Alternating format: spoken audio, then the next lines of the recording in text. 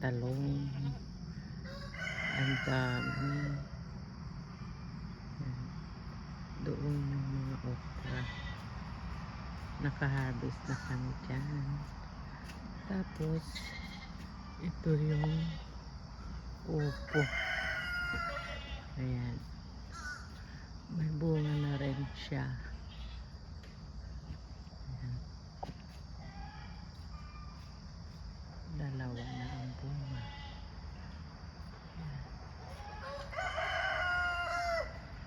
Tapos na yun. Guguna si Mami Marie.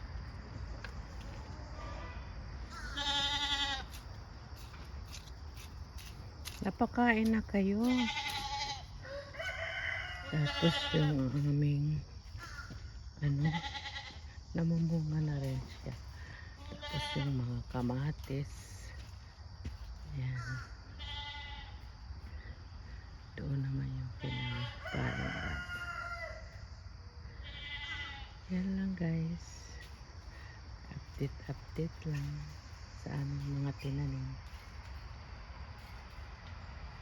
Thank you guys for watching.